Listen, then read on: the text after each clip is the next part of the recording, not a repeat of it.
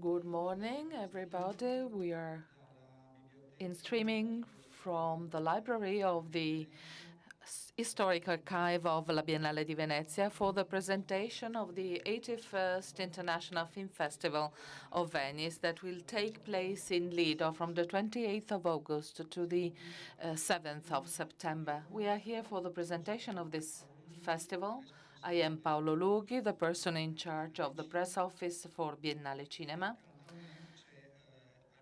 To my left, I have Alberto Barbera, the artistic director of the International Film Festival of Venice, who will shortly describe the program of the film festival with the list of the films we will see there. But I invite here on stage the president of La Biennale di Venezia, Pietrangelo Buttafuoco.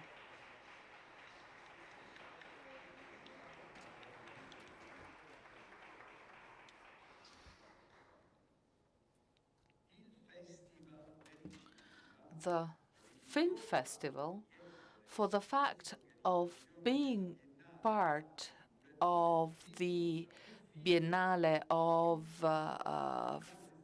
figurative art, is the most important event for the world of cinema. This is what was written in 1932 on the International Film Festival of La Biennale di Venezia by an important Venetian cinema critic, Francesco Pasinetti.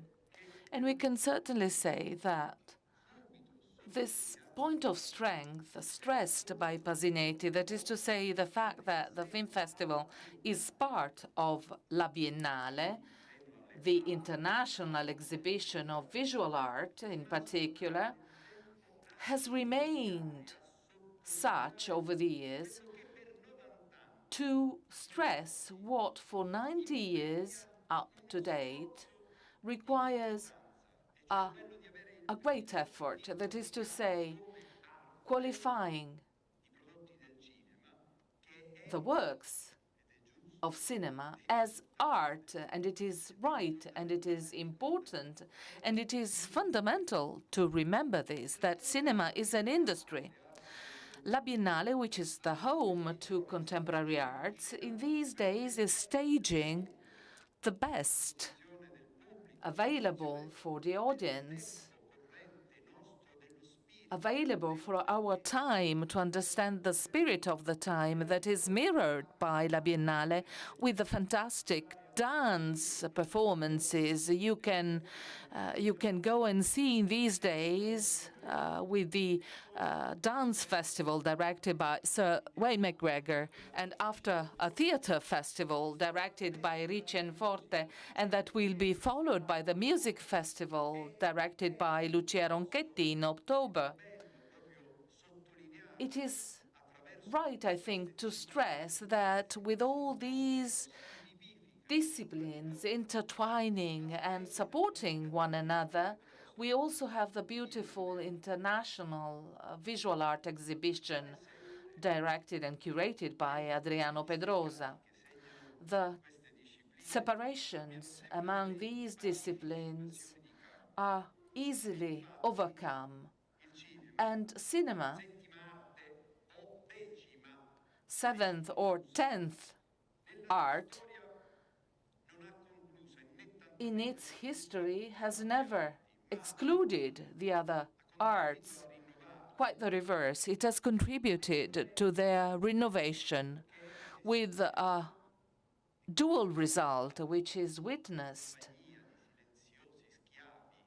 by this company of silent servants, as books were defined in the past. It is the most studied department in this historical archive. The strength of this film festival is Venice itself, with its capacity to establish a dialogue with the world, with the farthest away countries, and this capacity to look far away, to follow a perspective, has enabled the Film Festival of Venice in 1955 to give back, like Longhi and Caravaggio did, as we usually do with unexpected discoveries, the Rushmore by Akira Kurosawa. And as cinema, the screen, can be everywhere in the world, what is discovered here is given back to the definition of art and embodies the efficient work carried out by the film festival. It has always done so from its first year with Italian cinema, and we can think of the image given by Federico Fellini of the Sala Grande. For each director, that Sala Grande is like a final exam at secondary school, maturità.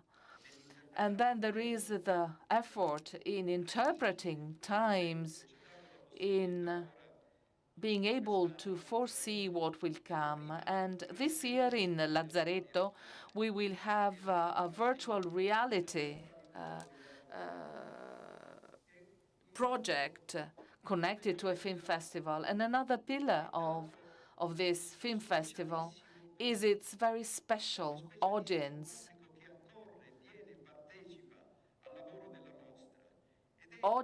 that follows numerous this event, and the number of Venetian citizens who are regularly following this event, as well as the professionals who come from all over the world, confirming the relationship between Venice and cinema in theaters.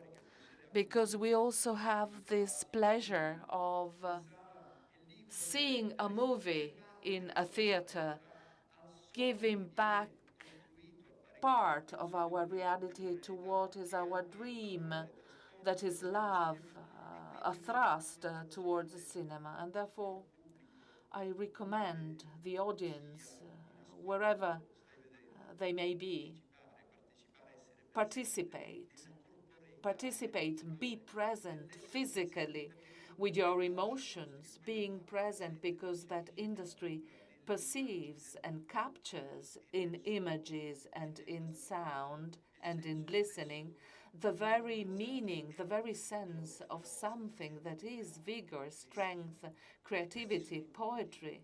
And this is really what is important in this film festival. Every year, overcoming the different challenges, every year it is able to face and give back itself to its best. For all of you who are present here today, to those who are listening to us online, I invite you to start this journey made of wandering vessels, as Mario Sgalambro would say. This journey made of cinema, arts, different realities. This journey starts from Venice. Venice that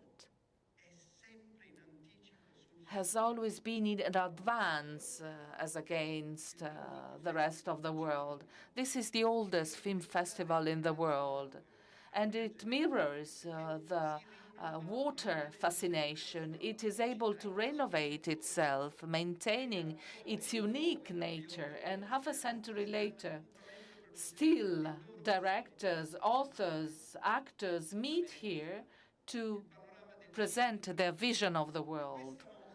And this film festival that was strongly desired in 1942 to tell about modern times has the power to become an oracle and to read reality and capture everything that comes and that will come in the future. So I am sure that in Venice 81, the movies, all of them, all of those that have been selected, besides images, besides the screen, will give a meaning, will give a sense to our desire for knowledge, to our desire to be surprised. Alberto is like going back to the alphabet of stars. with a beautiful image Leonardo Sciascia found at a market and decided to make a book about that, to the genius who wrote about this alphabet of the stars, l'alfabeto delle stelle. A book, a novel that brings us back to this need, this desire to be present in contemporary times, but keeping our feet on the clouds of imagination and fantasy. I want to thank the different institutions, the Ministry for Culture, Gennaro San Giuliano, the City of Venice, the region, Veneto, the Superintendency for Archaeology, Landscape, and the Lagoon of Venice.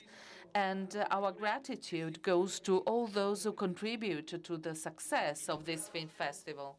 Our gratitude goes to the sponsors supporting the 81st International Film Festival of Venice, main sponsor Cartier, Armani, Campari,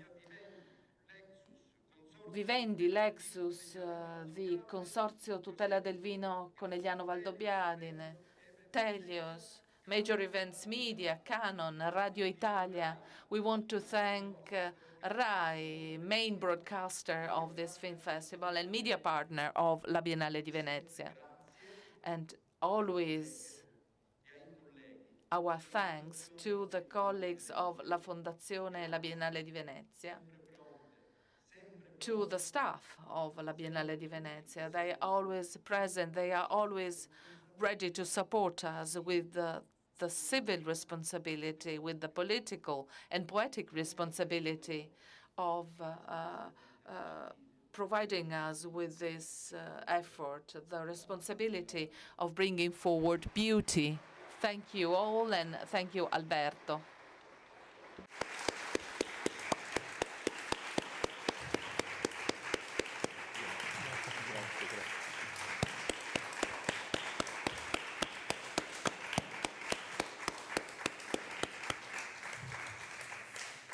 Grazie Presidente. Ma scusami. Prego Alberto. Alberto, you have the floor. I want to thank President Buttafuoco for the passionate speech. Thank you for honoring me with his trust and for the support he has given me in these long months of preparation of the film festival. Being able to work freely and being able to share the most important strategic choices and the solution to the problems that always exist is a great privilege for which I'm truly grateful. Good morning to all of you, and welcome to this usual presentation of the program of the Venice International Film Festival. Many movies have already anticipated and announced by the media and social networks, but as you will see, there will be many surprises, unexpected novelties. I won't be short. I will not manage to be short. And after 9 months of hard work for the selection of the movies, continuous hard work, the movies we have selected are like our children, so I would talk about them for hours. I will try and be as short as possible. Some programs have already been announced. The program of Venice Immersive, the president referred to, 26 projects in competition, 30 out-of-competition projects, 7 projects developed as part of Biennale College Cinema Immersive. Let me say with a bit of legitimate pride that no other event in the world dedicated to virtual reality exceeds the importance and prestige of our appointment, which takes place entirely on the island of Lazzaretto with a unique setup. I would like to take this opportunity to thank Michel Reyac and Liz Rosenthal for their great work, the work they've done this year to ensure that the most beautiful and important products of the moment are selected. Let us now come to the sections of the festival to be announced. Let us start with Biennale College Cinema. 4 films have been produced this year as part of the 12th edition of the Biennale College Cinema. My Birthday, Il mio compleanno, by Christian Filippi, The Fisherman by Zoe Martinson, a co-production US-Ghana, Honeymoon by Zana Ozirna from Ukraine, and January 2 by Sophie Zilagi from Hungary. We will screen the movies starting from Thursday, the 29th of August until Sunday, the 1st of September. The second section we are going to describe today is Venice Classics, documentaries on cinema. The 18 restored classics were already announced a few days ago. These are the documentaries on cinema. Miyazaki, Esprit de la Nature, by Léo Favier. You don't need a long presentation for this portrait of the world's greatest and most beloved animated film artist. And then there is a movie from Armenia, a tribute to the immense Armenian filmmaker 100 years after his birth, who was opposed in life for his films that are extraneous to the precepts of socialist realism.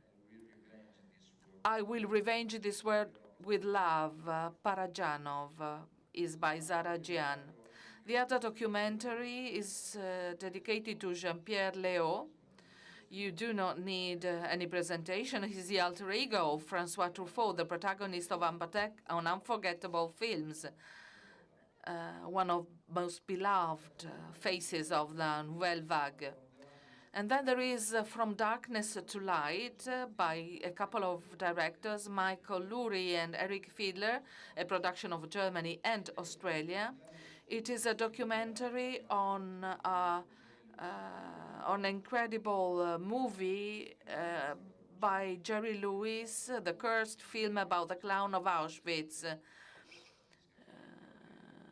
A movie that is somewhere in an archive. The two directors found some reels of this movie, and we will see this in the documentary that collects the direct testimony of numerous people who worked with Jerry Lewis on the film and that never saw the light of the day. A movie that has always been discussed a lot, but that nobody has ever seen, and that we will never be seen, probably. And then we have another portrait, Carlo Mazzacurati, 10 years after his death, a beloved director, closely connected with the film festival, by Enzo Montenapoleone and Mario Canale. Nothing more to add. And then we have Chain Reaction by Alexander Philippe, that is an essay in images on a famous movie, Taube, one of the most beloved horrors. 50 years after its creation, Taube Hopper's The Texas Chainsaw Massacre, and it includes testimonies from great admirers, such as Mika Takashi and Stephen King. Maron Returns to Beirut is a documentary by Feyrouz Serral, portraying the French-Lebanese director Maroun Baghdadi 30 years after his death, and it is at the same time the portrait of a country and a city, Beirut, which are reflected in his cinema. Volonté, L'uomo dai mille volti by Francesco Zippo. Volonté was one of the greatest actors in Italy. He died very young on the set of a film by Angelopoulos. He never completed. And the last documentary on cinema is Constellación Portabella by Claudio Zulian, Spain. Is a portrait of Pere Portabella, one of the most important Spanish directors, politically engaged and active both before and after the Franco regime, perhaps not as well known in Italy as he deserves, but he's a cult director. Orizzonti, that includes a couple of subsections. The first is Orizzonti short films, that has already been announced.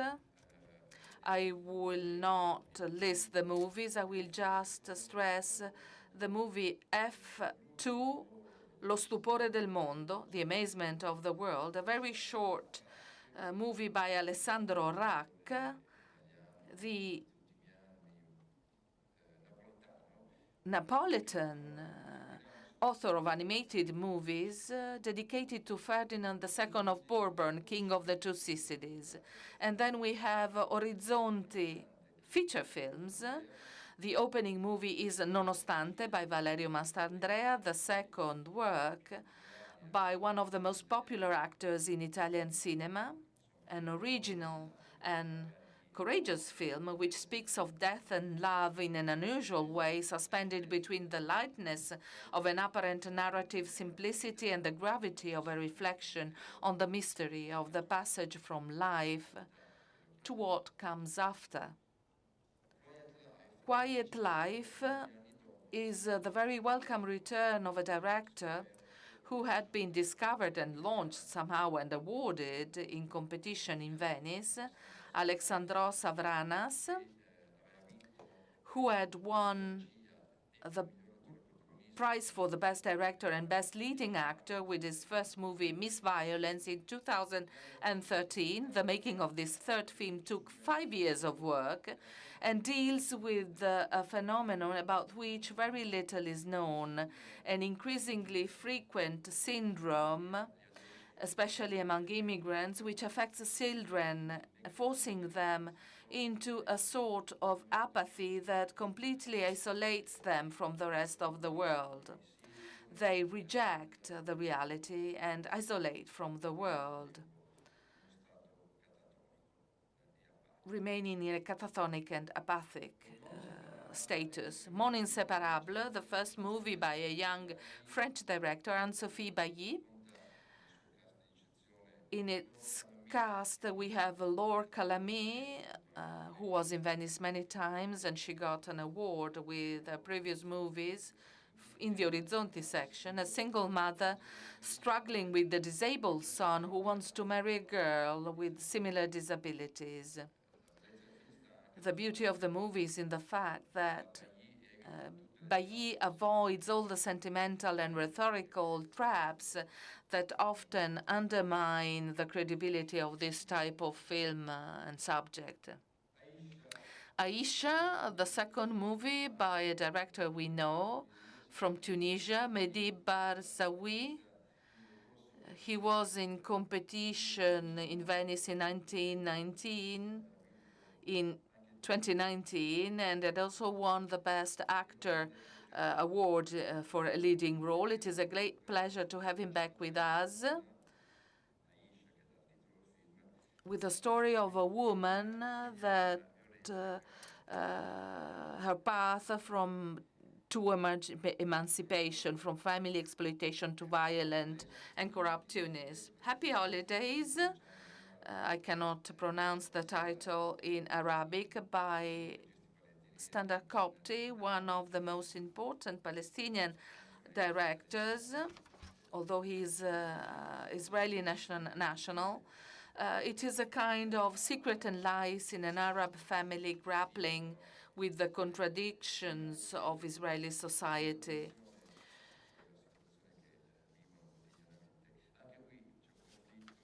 Here, too, we have a conflict, not an armed conflict as the current one, but just as apparently irreducible, with the two communities entrenched around their irreconcilable values and tradition.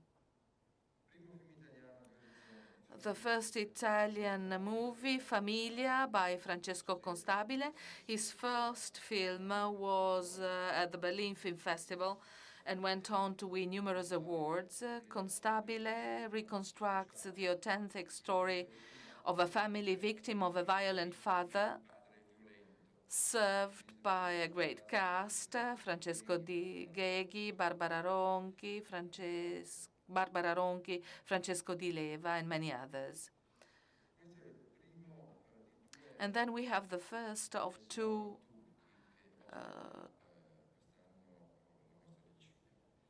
Turkish debut movies. The first is One of Those Days When Hammer Dies, directed, written, and interpreted by the director Murat Firatoglu.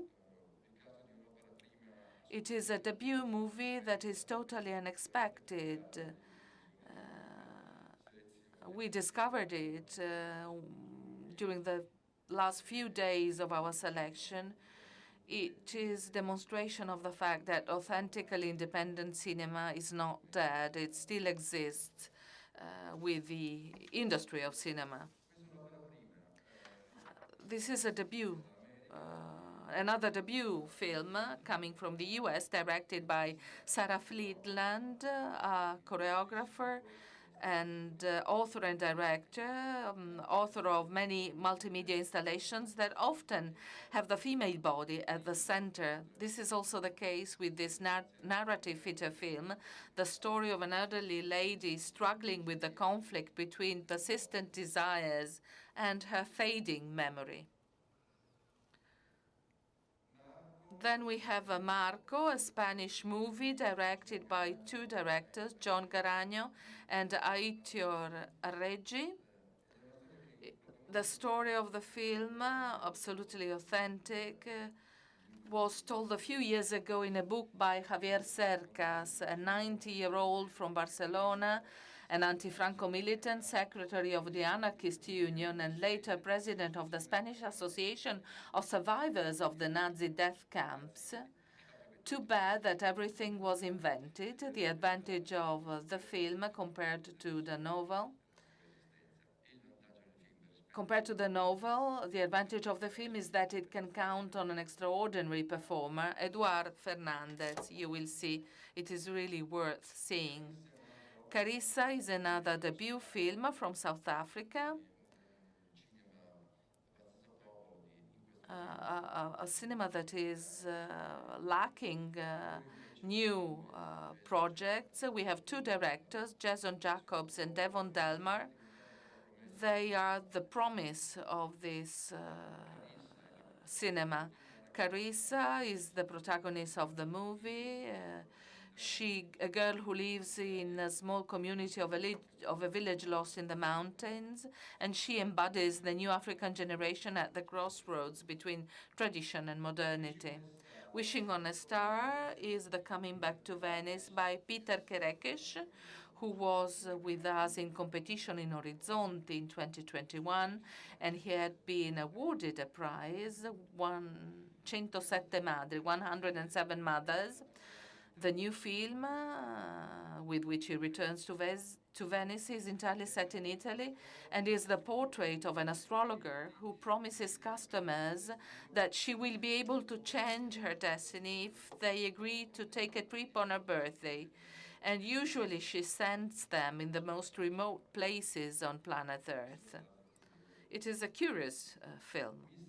And then we have Mistress Dispeller, a curious movie as well, a Chinese-American director, Elizabeth Law. We are in the context of a documentary reconstructing one of the many new jobs of contemporary China, unthinkable in Italy. A lady with great experience in man-woman relationships is hired by betrayed wives to convince her lovers to leave their husbands with good manners, and almost always succeeding.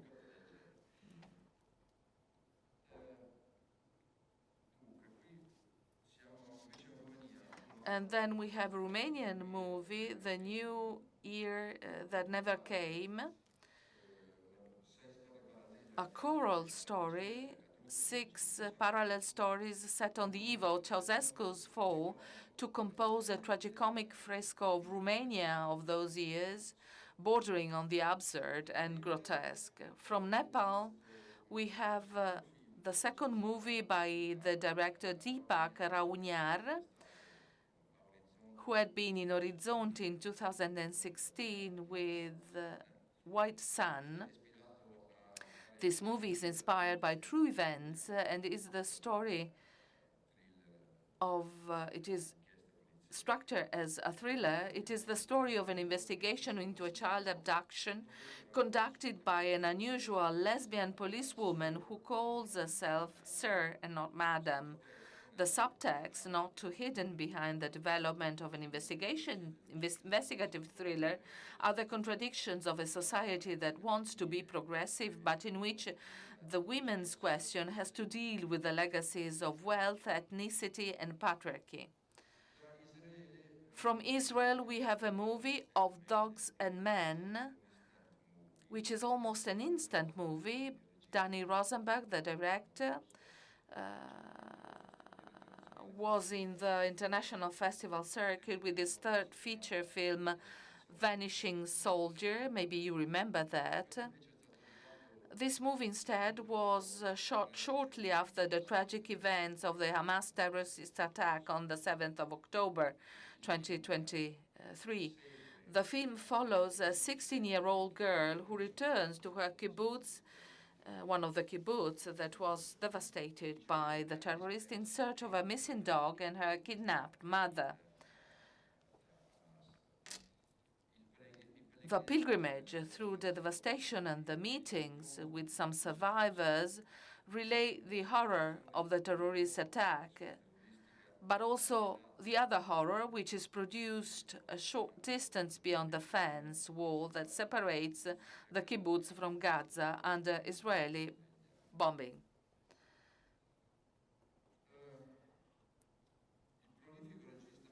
The prolific independent filmmaker, American filmmaker Alex Roperry, dedicates his new documentary to a cult American rock band, The Pavements.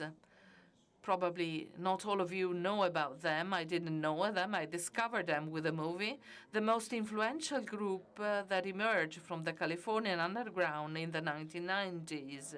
After separating and reuniting a couple of times, the Pavements are still active and are expected to accompany the film on the occasion of its world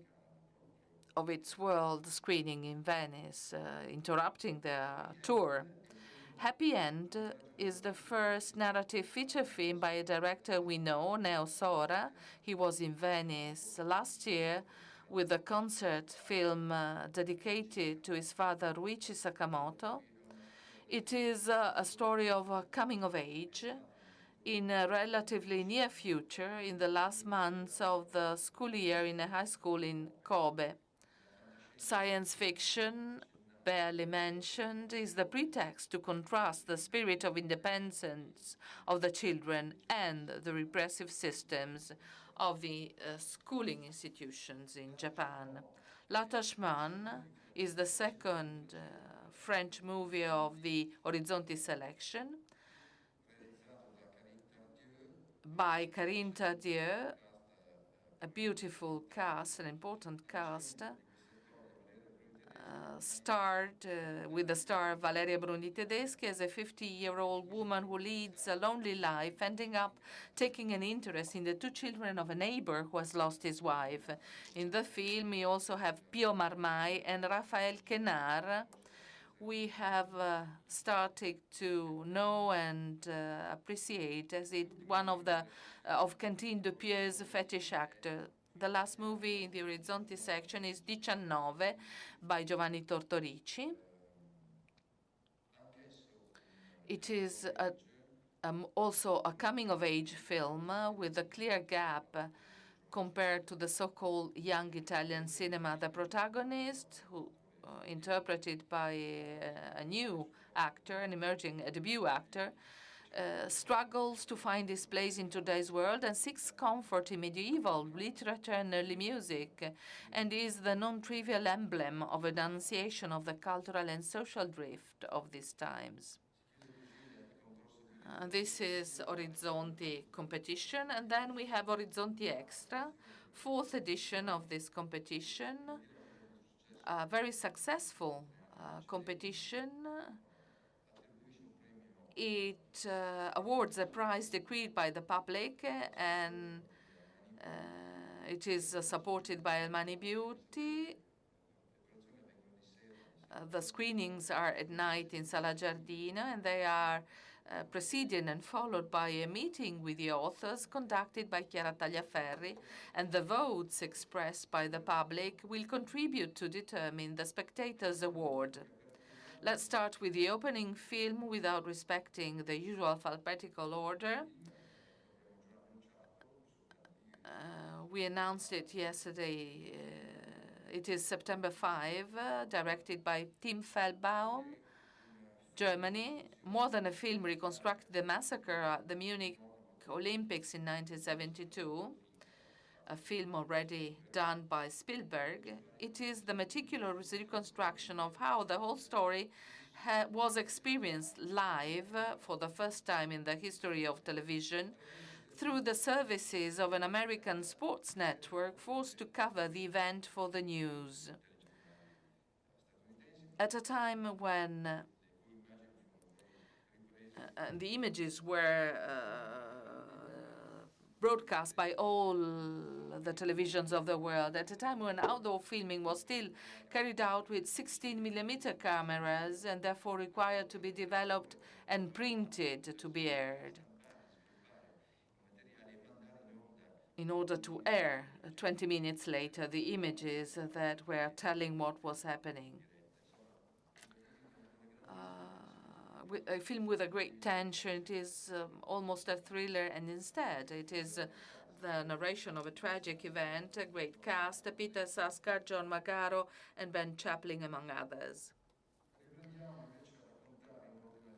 Again, in alphabetical order, one of the two Italian movies in the section is Vittoria, the new movie by Alessandro Cassigoli and Casey Kaufman, the fourth film of this couple of authors that continue to work on the mixture of documentary cinema and narrative cinema to reconstruct, with the authentic protagonist, the true story of a Neapolitan couple who wants to adopt a girl despite already having 3 sons. Among the producers, there is also Nanni Moretti.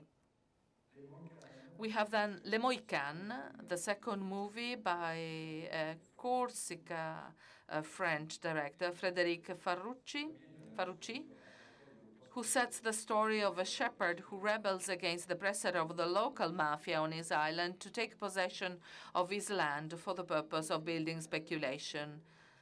The protagonist is an actor who is chased by bandits and police, Alexis Manenti, one of the hottest protagonists of French cinema. From Egypt, we have a movie, Seeking Heaven for Mr. Rambo, by Khaled Mansour. He was noticed in the past for a number of short movies. A tale of ordinary abuse and revenge set in Cairo that is almost always unrecognizable. At the center, a boy abandoned by his father during childhood who pours all of his love on his mother and on his dog Rambo, whom he would like to emigrate to guarantee him a more comfortable future. Melodrama, comedy, and social criticism in the form of a satire. The second Italian movie, in Orizzonti Extra, is the film by Paola Randi, La storia di Frank e della Nida, an important difference with the previous movies and also different from the rest of the Italian cinema in general we know, in which she subverts conventions and stereotypes. He does so by giving life to a pop language soon on his irregular, eccentric teenagers with a strong charge of humanity destined to conquer the viewers. Really a nice surprise, I would say. And then we have a debut film by an Iranian director, expatriate for political reasons. He lives in Germany, Nader Saivar, and he was for a long time an assistant to Jafar Panahi, who contributed to the screenplay by leaving an evident imprint on this story of women who do not bow to the hypocrisy of the regime they are fighting against. After Party is the debut first feature.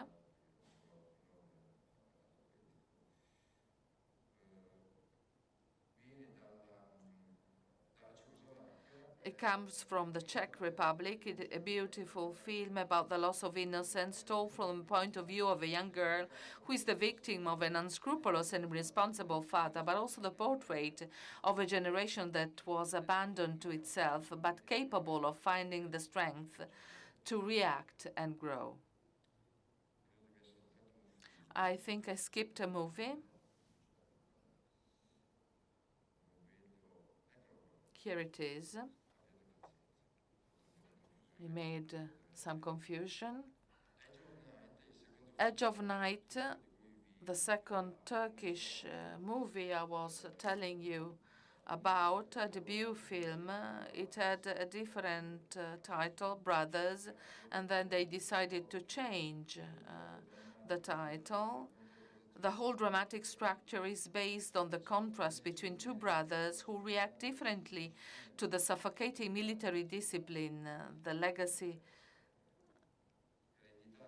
of a father who is that is the metaphor of the crushing weight of tradition that strangles this country. King Ivory is an independent American production. John Schwab is a director that we have been following for some time, even if we had never invited him to Venice. We did it with this genre film, which seems to us the most accomplished. The somewhat labyrinthine story stages the intersection between Mexican gangs, Indians, common criminals, and local police that are specific to Oklahoma, while recalling certain novels by Don Winslow, many of you certainly know. This is the Orizzonti section. Let us start with the out of competition section. Some subsections also here. Special screenings. Giacomo Leopardi, Il poeta dell'infinito, The Poet of Infinity, a film divided in 4 parts. It will be screened on Rai Uno, a production by Rai Fiction. After Martone, also Sergio Rubini measures himself against the figure of one of the greatest Italian philosophers and poets, an Italian television miniseries that involved a large production investment by Rai Fiction, whose strengths are the accurate historical reconstruction and the important cast, composed among others by Leonardo Maltese, Alessio Boni, Valentina Cervi, e Alessandro Preziosi. Master and Commander, the movie we chose to honor the Golden Lion for Lifetime Achievement to Peter Weir. We have chosen one of his many beautiful films, not only because this is beautiful, but perhaps because it is perhaps one of the less known and less celebrated, although it deserves for its exceptional cast, Russell Crowe and Paul Bettany, who clash and discuss on a military ship during the years of Napoleon. And then there is a short film, a very short film, 7 minutes, the latest production by a friend of ours, Nicolas Winding Refn. It demonstrates that even with a commercial, you can make great cinema. The short film will be screened before the restoration of The Pusher, the director's first film that has become a cult film and is included in Venice Classics. Second subsection of Out of Competition series. I have to make a small introduction to this section, which has grown a lot compared to a few years ago. As I wrote in the introduction, we have presented 1-2 series with just a few episodes. And as I wrote in the introduction that you will find in the general catalog of the festival, it is time to acknowledge that one of the transformations that cinema is undergoing concerns durations. Alongside increasingly short films intended for social media, TikTok, and YouTube above all, many film authors are tempted by the possibility of experimenting with the length offered by series. The four we have chosen are proof that we are faced with a stylistic and formal approach of irrefutable cinematic imprint, to the point of being able to say that they are actually long or very long films which have nothing to do with the language and convention of television series.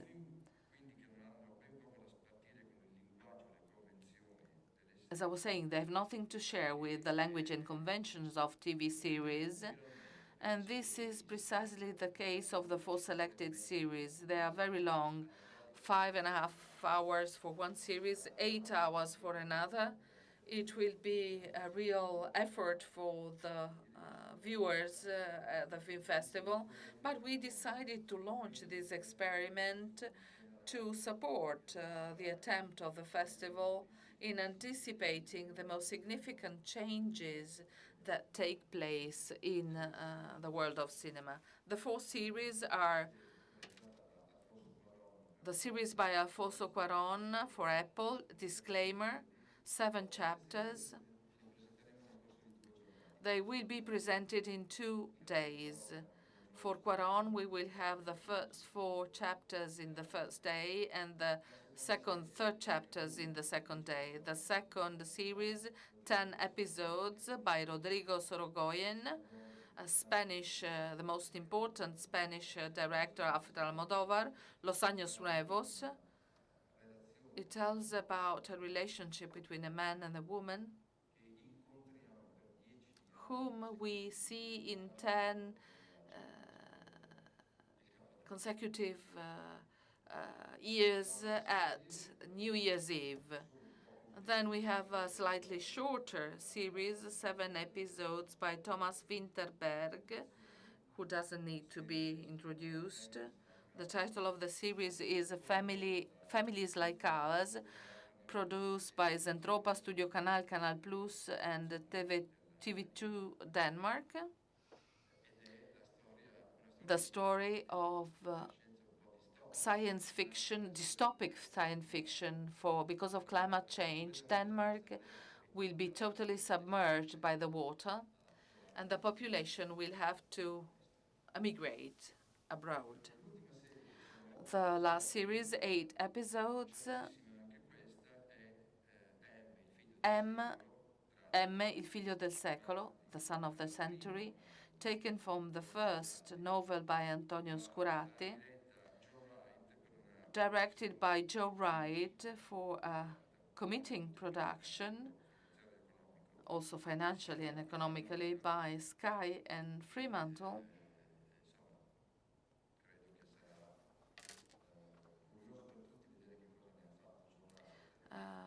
You will all be curious to see what a British director has done of this story. The story of Italy from the coming to power of Mussolini until the killing of Matteotti. Out of competition, non-fiction, the distinction between fiction and non-fiction is increasingly arbitrary and relative, but we still maintain this distinction. The first documentary we present is Apocalypse en los Trópicos, directed by Petra Costa, a Brazilian director.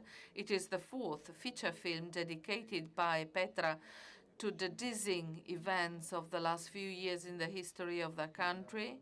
Here, the investigation, organized in 8 chapters, follows Bolsonaro's overbearing rise to power, favored by the equally rapid and growing political influence of religious fundamentalist movements. And then we have a triptych that lasts a little more than 3 hours by two important documentary filmmakers, Massimo Danolfi and Marina Parenti. The title is quite explanatory, Bestiari, Erbari, Lapidari. The first two chapters have an encyclopedic and classificatory structure, as in the human sciences, to which they refer for the animal and plant worlds. In the third and final chapter, instead, it is emotion that takes over the material and detached approach to the previous two. You will discover the subject watching the movie. Why war? I hesitated for a long time whether to place Amos Gitai's film among documentary or fiction works, since he consciously mixes the two languages. But what matters in his latest work is the question the director asks himself, starting with the exchange of letters between Einstein and Sigmund Freud that dates back to the 1930s. A question that is more relevant today than ever in the face of the insane multiplication of conflicts in every part of the world, which tells us how important and necessary this film is.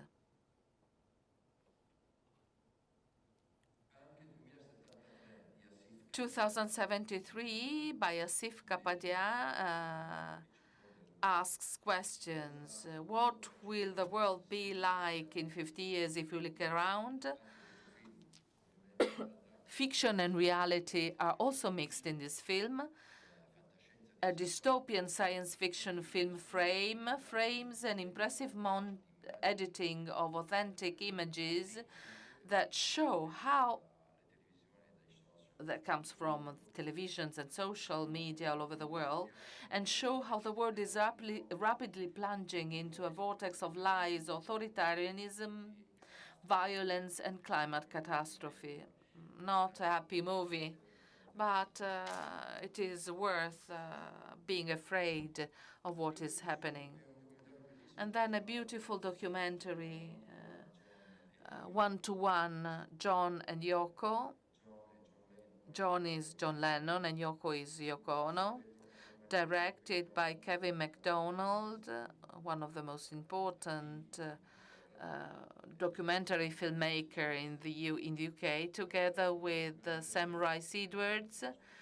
It is a pleasure to host this movie in Venice. It starts from archival audio and video materials and reconstructs the formidable New York years of John Lennon and Yoko Ono, making the film a fascinating reinterpretation of the musical and political history of the United States of America of that period. Then we have Separated, the new documentary by Errol Morris, who was in Venice several times. He's one of the most important documentary filmmakers. He returns to Venice with a short but always a sharp documentary that reconstructs the incredible story of the separation of the children of illegal immigrants from their parents, subtly imposed by the Trump administration, which was opposed by some heads of the offices in charge.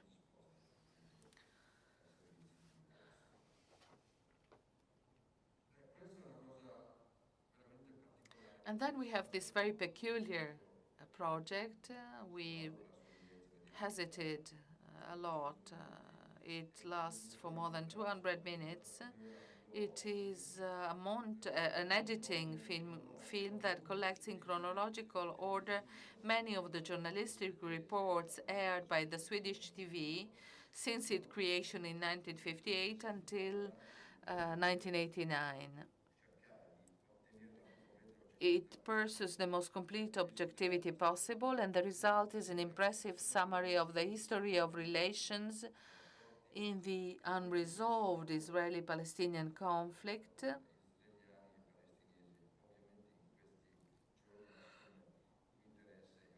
which in these days takes on an even greater significance. Russians at War is a documentary by a young Russian filmmaker, Anastasia Trifomova, who managed to be accepted on the Russian front into a medical unit without an official accreditation. She stayed with a group of physicians and health carers at the Russian front. She stayed for them for a whole year, collecting testimonies from soldiers who went from uncritical adherence to patriotic motivations to total disillusionment. She looked for the bodies of the dead.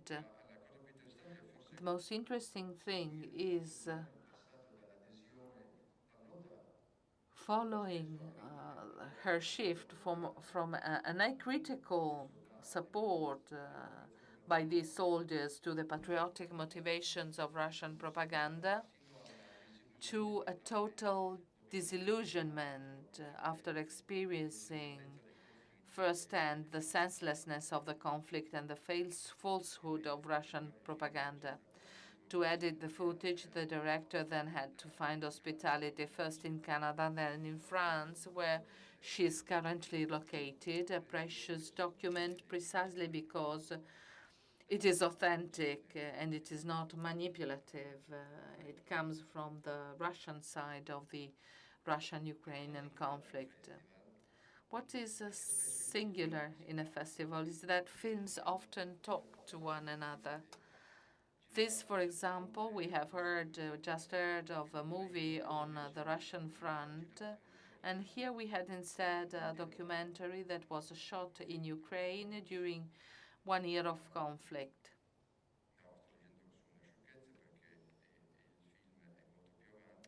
The movie, I'm going on with this, Songs of Slow Burning Earth. In this case, the author is a young documentary filmmaker who dialogues with her Russian counterpart. Only this time we are on the right side of the conflict, shown through a series of key situations marked over the course of a year, which show how war creeps into everyday life to destroy it, to the point of imposing itself as a tragic routine. Two films that should be shown together with all those who talk about this absurd war only in terms of political and ideological conflict. And I go back to where I stopped before. Also, this movie is a dialogue with another movie. I mentioned One-to-One, the documentary on Yoko Ono and John Lennon. Again, a documentary on the Beatles, the Romanian director Andrei Ujița. He worked with archive material. He focused on the first American tournée of the Beatles before the stay in New York of John Lennon and Yoko Ono. The first great concert of the Beatles in the U.S. is just a pretext for a political and cultural analysis of those years. So these two movies create a dialogue about America in the 1950s and 60s. Riefenstahl is a documentary by a German director, Andreas Weil. It is devoted to one of the most influential directors in the history of cinema, trying to shed light on the role and on the awareness of Riefenstahl about the propaganda of the Nazi regime her movies described. But it is also a reflection on Germany's unresolved contradictions in relation to its Nazi past, and more in general on the responsibility of artists with respect to the times in which they live and act.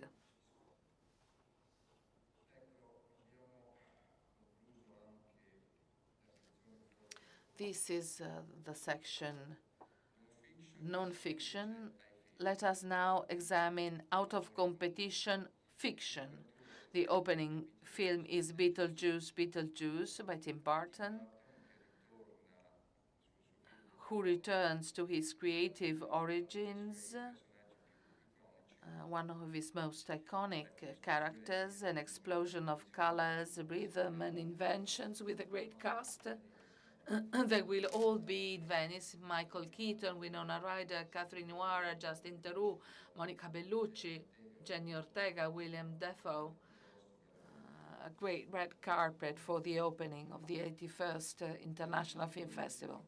The closing movie instead is the latest film by Pupi Avati, L'Orto Americano, a Gothic novel with historical references. We are in the years immediately after the Second World War, but also with supernatural elements, as other movies by Pupi Avati. I'm not telling you anything about the story. Also in this case, an exceptional cast: Filippo Scotti, the interpreter of the movie by Sorrentino, La mano di Dio, è stata la mano di Dio; Rita Tashingham, unforgotten interpreter of Dr. Zivago; and then Roberto De Francesco, Chiara Caselli, and many others. In alphabetical order, out of competition fiction, Il tempo che ci vuole, The Time It Takes by Francesca Comencini.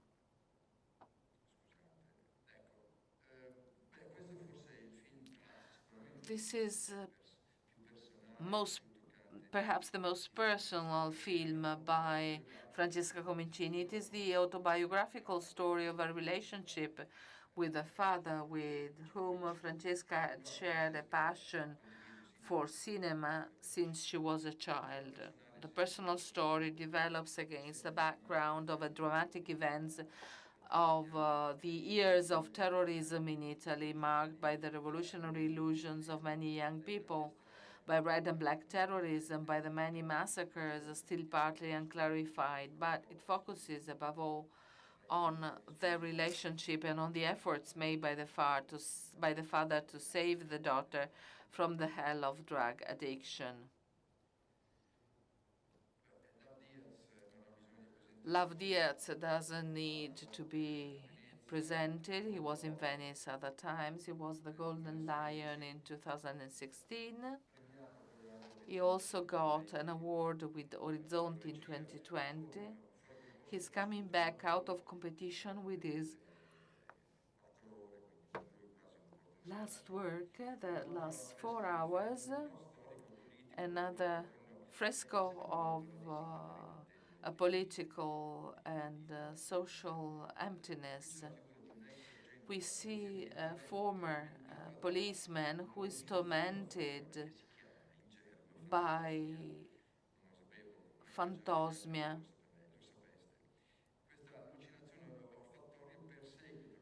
This hallucination, this olfactory hallucination, phantosmia, haunts the protagonist with the memory of the many killings he was forced to carry out during his military career. You see, for each movie, we also signal the duration of the movie. In this case, Maldoror is a movie lasting 155 minutes. Many of the films in competition are longer than 2 hours. Check the duration of the movies. It will be difficult otherwise to follow the screenings. Maldoror is the latest movie by Fabrice Duvels, a Belgian director, an author of genre movies. This starts from a famous case. It draws inspiration from the famous case of the monster of Marcinelle, which in the 90s caused a scandal for the failure of the police and the judicial system, later reformed. They couldn't solve the kidnapping of children who were the victims of pedophile gangs. It starts from a thriller. There is a tense reconstruction of the investigation, the obsession with the investigations of a young policeman played by an extraordinary actor, Anthony Bajon, hindered by superiors and by the rivalry between the three police forces of the time, which contributed to slowing down and misleading the investigations. And then we have a surprise. Nobody could imagine that we would get a movie a few days before the end of the selection, the latest movie by Takeshi Kitano, a beloved director who is often at the Venice Film Festival.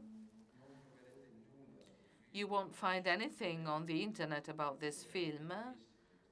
It is very short, only 60 minutes. I will not reveal anything about the story, but it is also an entertaining exercise in meta-cinema, especially for those who know and love Kitano's previous films. Coming back again, Harmony Corinne. The title of the movie is Baby Invasion. His previous movie was in Venice last year at midnight. He has taken a difficult path, especially for the audience. It continues the exploration of the limits of the audiovisual language and the possible contamination with other languages and other aesthetics. The previous movies, Agrodrift, by the same author, really surprised many of the viewers at midnight. It had been shot with an infrared camera, which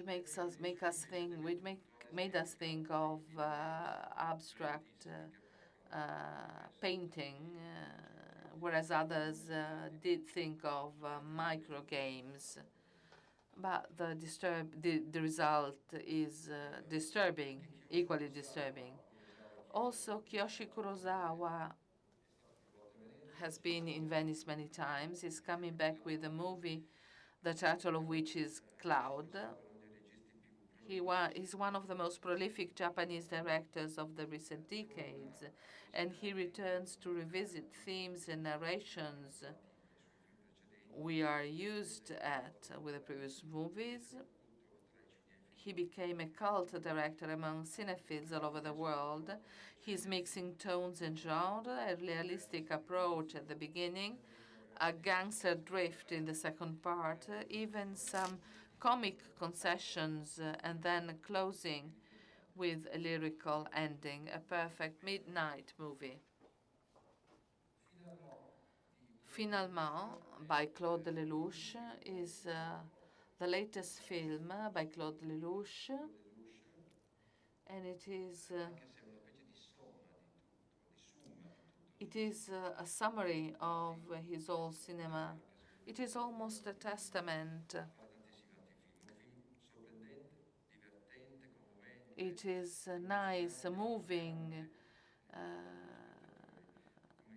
interesting for the spectators. Lelouch was never a Venetian director, so it is a great pleasure for us to welcome him here with this movie that is a kind of summa estetica of cinema. I cannot tell you about this movie. It is full of situations and stories, but it is extremely lively. And clearly, it will be a great success with the public. And then we have this movie that was somehow announced months ago.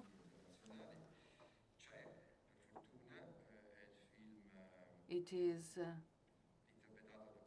the movie interpreted by Brad Pitt and George Clooney with the direction of John Watts, one of the best-known directors because of his Spider-Man. Brad Pitt and George Clooney are clearly are among the most beloved actors all over the world. They are forced to work together to cancel the traces of a high-ranking crime disappear. In addition to a lot of adrenaline, also a lot of irony and not a few winks to the films of the past. There are also two shorts that are out of competition.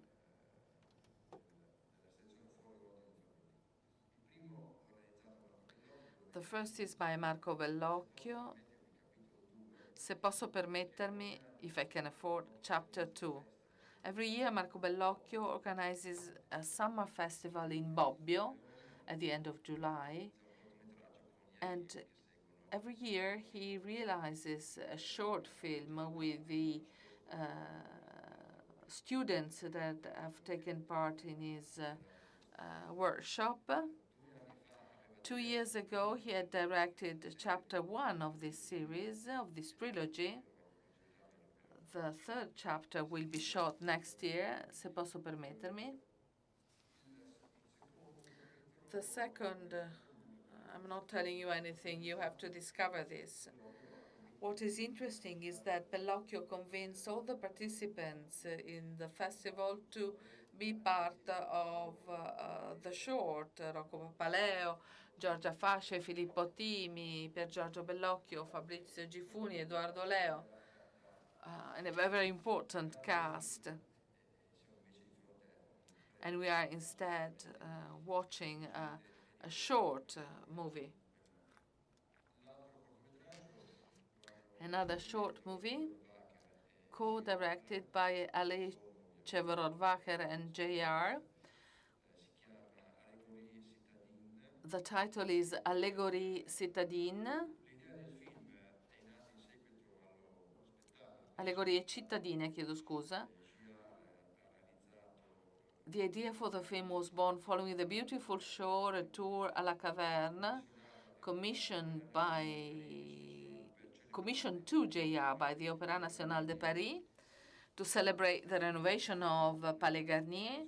Show and film are a variation on the theme of Plato's cave with fantastic and poetic results. We are almost at the end of this long description. We are at the competition, Venice 81, 21 titles, 2 less than last year. The first movie is the new feature film by Pedro Almodovar, the first movie by Almodovar shot in English, his first language film with an exceptional cast: Julianne Moore, Tilda Swinton, John Turturro, and Alessandro Nivola, and many others. Welcome return to Venice. I'm grateful to Pedro for hurrying up the editing stage in order to have the movie in Venice. And then we have Gianni Amelio, Campo di Battaglia, Battlefield. Amelio has been in Venice many times. It takes place, it is set in the last year of the First World War, the year of the defeat of Caporetto, but also the year of the even greater defeat due to the spread of the first modern pandemic, the one that went down in history with the name of the Spanish flu, which caused many more deaths than the military conflict. Alessandro Borghi and Gabriele Montesi are two military doctors, two inseparable friends, divided, however, by two opposing conceptions of their duty as soldiers. Les Enfants après eux is the first of the three French cinema movies. It was developed by two twin brothers from France, Ludovic and Zoran Boukerma. This is the third film they make together, and it is based on the novel of the same name, Prix Goncourt, by Nicolas Mathieu. It is the choral story of a group of young teenagers in a remote valley of eastern France in the 90s. Again, a coming of age that finds the cadences of a great popular tale, turbulent and exciting, where there is no room for love, where there is room for love, friendship, rivalry, disagreement with the father, the small drugstore, and the lost illusion of the province. They are a real promise for French cinema. Then we have The Brutalist by Bradley Corbett, again, 215 minutes of duration. The most ambitious movie by Brad Corbett, who was in Venice with the two previous films. It is a shot in 70 millimeters film, and so it will be projected like this. It will be screened like this. It is the story of, it is both a fictionary and a real story, the story of an Hungarian Jew who survived Auschwitz, not at all inclined to compromise. After emigrating to the United States, he lived the first few years in extreme poverty until he met a patron who entrusted him with a gigantic project. The thematic reference is the Fountainhead by King Vidor, a film with Cary Cooper, fighting as an architect against the conservatism of the architectural establishment of the time, something we find in this movie as well. A great cast with Adrian Brody in the role of the protagonist, Felicity Jones as his wife, and then again Alessandro Nivola and Guy Pearce and many others. We have then Jouer avec le feu, The Quiet Son, the second French film in competition. It was co-directed by two sisters, Delphine and Muriel Coulin. It is their third work. It is also based on a novel that deals with a theme that could not be more topical. A single 50-year-old father, played by Vincent Landon, one of the most important French actors, has to deal with the opposite paths taken by his two sons, to whom he's very close. One is balanced and studious. The other is fascinated by a group of violent right-wing extremists, played by Benjamin Voisin, who was in Venice with his series last year. Vermiglio is the second Italian movie in competition by Maura Del Pero. She had made her name known for her with her debut movie, Maternal. 5 years later, she's coming to Venice with a film that will surprise you, as it surprised us, set in a small village in the Dolomites, Vermiglio, the extreme border with Austria. It is set in the years that precede the Second World War. There are just a few professional actors, among whom Tommaso Ragno, Martina Scrinzi, Giuseppe De Domenico, Roberto Novelli, and many others, but instead There are many non-professional actors, both children and adults of those valleys, of those countries, in a film whose direct reference in aesthetic terms is Albero degli Zoccoli by Ermanno Olmi. It reconstructs the life in a mountain village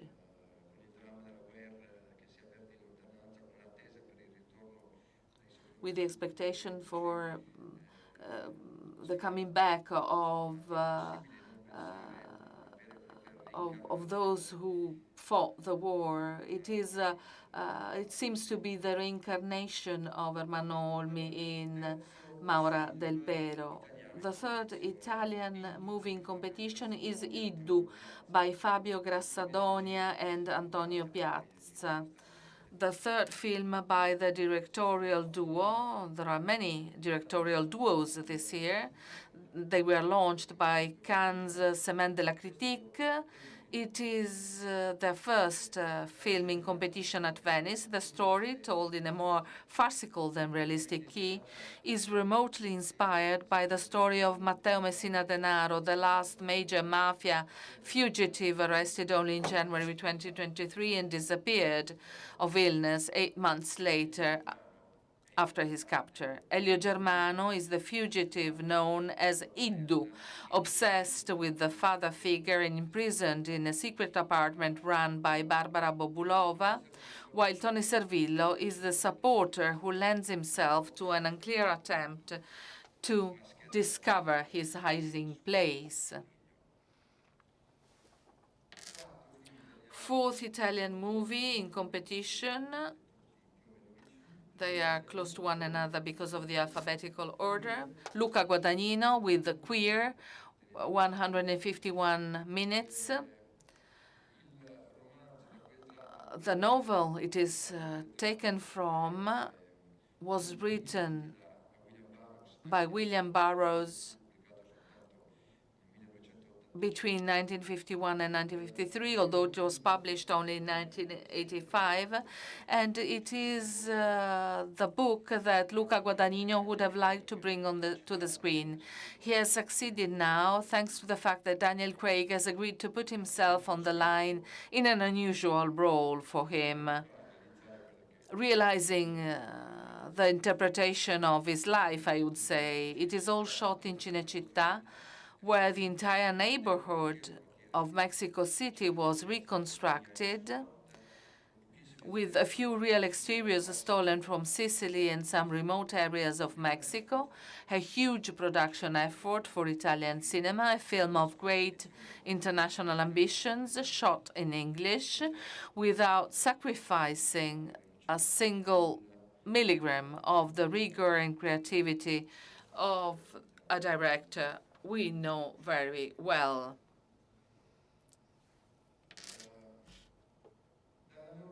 From Norway, there are not many Norwegian movies in competition. There haven't been many Norwegian films in competition. The title of this movie is Love, the third chapter of a trilogy. The director is Dag Johan Haugerud, whose the name of the trilogy is Sex, Dream, and Love. The first chapter was in Berlin last year. The second, I don't know where it will be screened, and the third will be here in Venice. The three films have in common the analysis of sexual behaviors that contrast with social norms and conventions. In particular, Love questions the disparity of social expectations toward the so-called sexual freedom of women in relation to that of men, and in particular of homosexuals. It is extremely explicit. That is quite unusual for us. The director has written his film. There is a narrative nature in this movies. Much expected movie by the cinephiles, April by Dea Kurumba Begasvili, a Georgian director. With her first film, she won the the film festival in San Sebastian in 2020, beginning. With her usual rigorous style, made of long sequence shots, subjective and off-screen takings. It tells the story of a midwife of a rural hospital in Georgia who lends herself for ideal and humanitarian reasons to perform clandestine abortions in a country that considers them illegal. The Order is an American movie by Justin Kurzel. He's an Australian director, but he works for independent American cinema.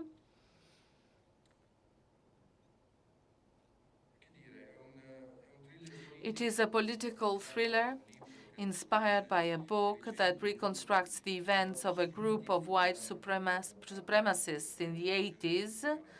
You can easily find a feeling with the years of terrorism. A group of white supremacists who financed terrorist acts with robberies, with the ambition of preparing a real conservative revolution. Jude Law is the FBI agent who begins to investigate the group with the help of a young local policeman, Ty Sheridan. He won in Venice the Mastroianni Award a few years ago. Pablo Larraín,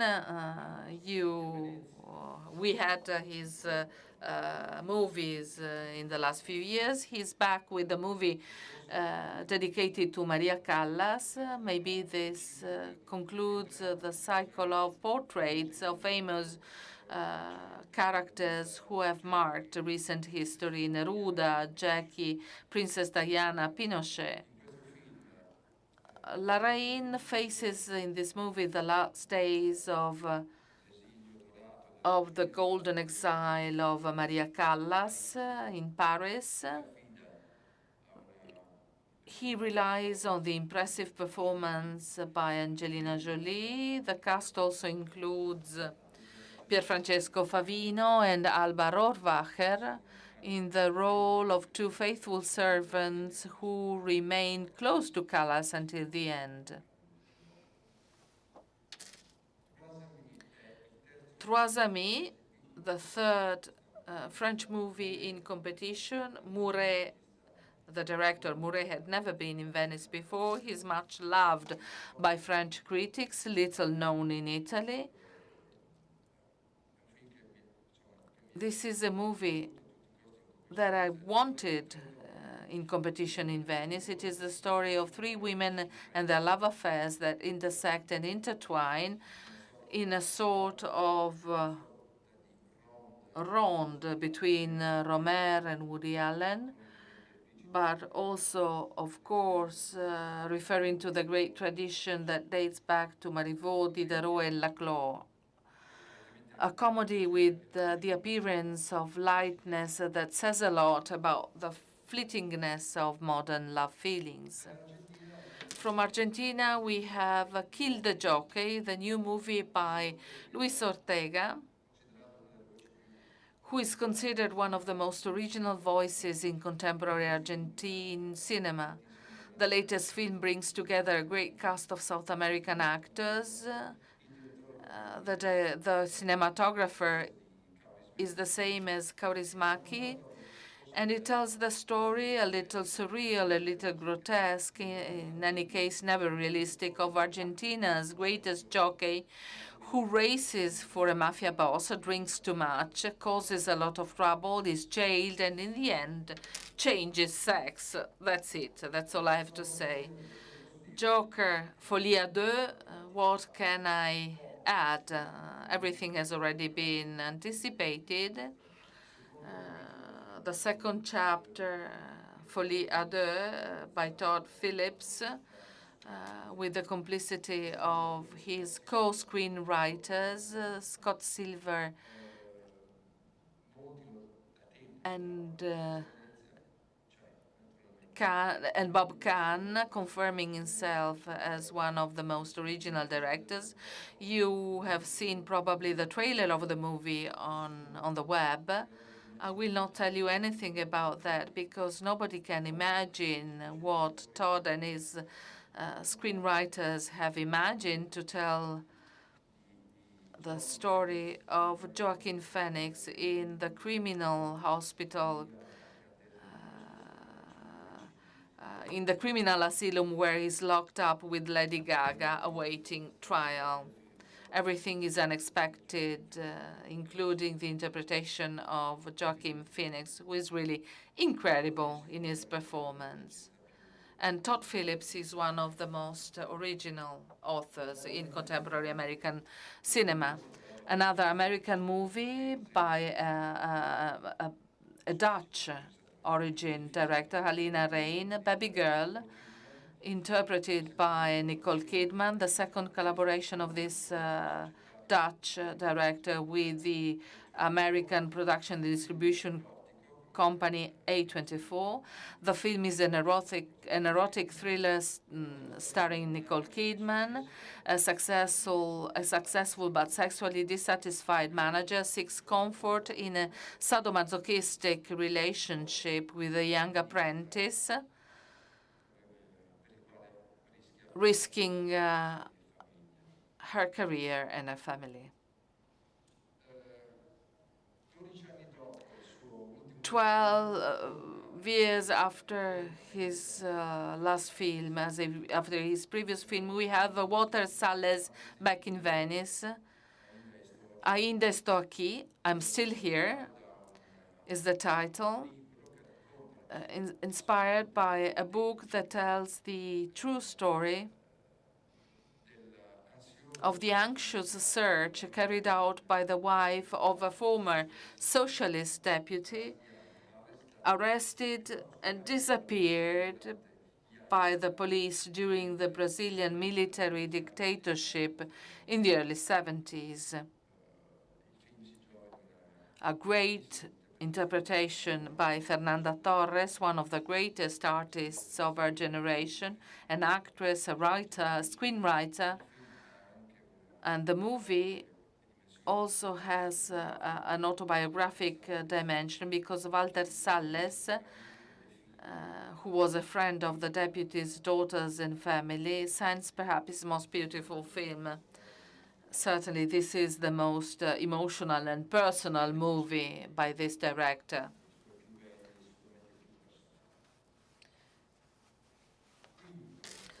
Fifth and last Italian movie in competition in Venice is the second movie by Giulia Steigerwald, Diva Futura. It is the confirmation of what could already be glimpsed in her first film, Settembre, which only the pandemic prevented from being a success with the general public to which her films aspire. And that is the search for the right language to tell a story of wide appeal, not just for a niche group of viewers. In this case, it is the story of a character who revolutionized, for better or for worse, the customs and the behavior of our country. That Riccardo Schicchi, who first introduced porn cinema in Italy. From now on, Schicchi will have the face of Pietro Castellitto, who confirms himself as a versatile and very intelligent actor, and is surrounded by a lot of talented actresses who embody the stars of the time, who went down in history: Cicciolina, Mona Pozzi, Eva Enger. A pop movie. I think that the authors do not refuse this definition. Artina Rachel Sangari comes back to Venice after many years. She was here with the second movie that won the Best Actress Award in 2011. This is a fourth movie. The starting point is a novel by the same name by Jim Craze, set in a remote village in the English countryside at the end of the 16th century. That is to say, on the eve of the agricultural revolution, when the land was a collective asset passed under the legal control of the landowners. The protagonist is Caleb Landry Jones, fresh from the wonderful interpretation of Luc Besson's film Dogman.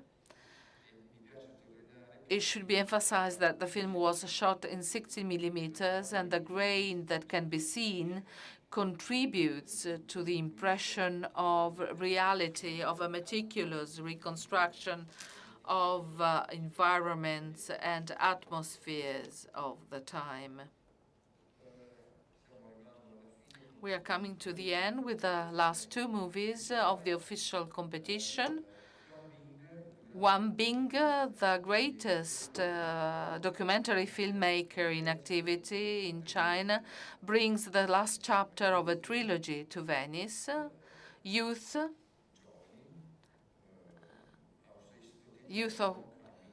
subtitle is Homecoming, because if in the first two chapters he had spent a whole year with a group of young textile workers who moved from their rural villages to work in city factories, this last chapter goes backwards after the bankruptcy of the place they were working in. They return home after being exploited and employed, and at home they find the roots they came from. A long movie, not as long as other movies by Wang Bing, 152 minutes. Last movie in the selection, and the first time, I think, for a movie from Singapore in Venice, Stranger Eyes by Yeo Si-hwa. I hope I pronounce his name correctly. The director is not a stranger because his second feature film won at Locarno in 2018. The title was A Land Imagined. This new work is a layered work that lends itself to several readings. A metalinguistic excursion on cinema in which one can hear the echo of Hitchcock's film A Rear Window, but also a hidden denunciation of a country under the eye of surveillance cameras, also a reflection on the notion of family. In short, a more complex work than it appears at first glance, beyond a well-oiled yellow mechanism, thriller mechanism on truth and voyeurism. These are the movies in the selection of this year. Before leaving you and seeing you at the end of August, allow me to recall that there are many long movies. I am working at the agenda. Many of the most expected movies will be in the second part of the festival, towards the end of the film festival. Allow me to thank a lot of people. I would like to thank all the authors, directors, production companies, and sales agents who have collaborated with the Venice Film Festival this year, including, of course, those whose films could not make it onto the still too short list of invited films. Heartily felt and dutiful thanks to Andrea Del Mercato and Deborah Rossi. I put the two names together. The pillars that support the delicate but prestigious building of La Biennale di Venezia. A very special thanks to my assistant. I couldn't work without Angela Savoldi and the group of people who shared with me the joys, sorrows, and responsibilities of the long film selection process.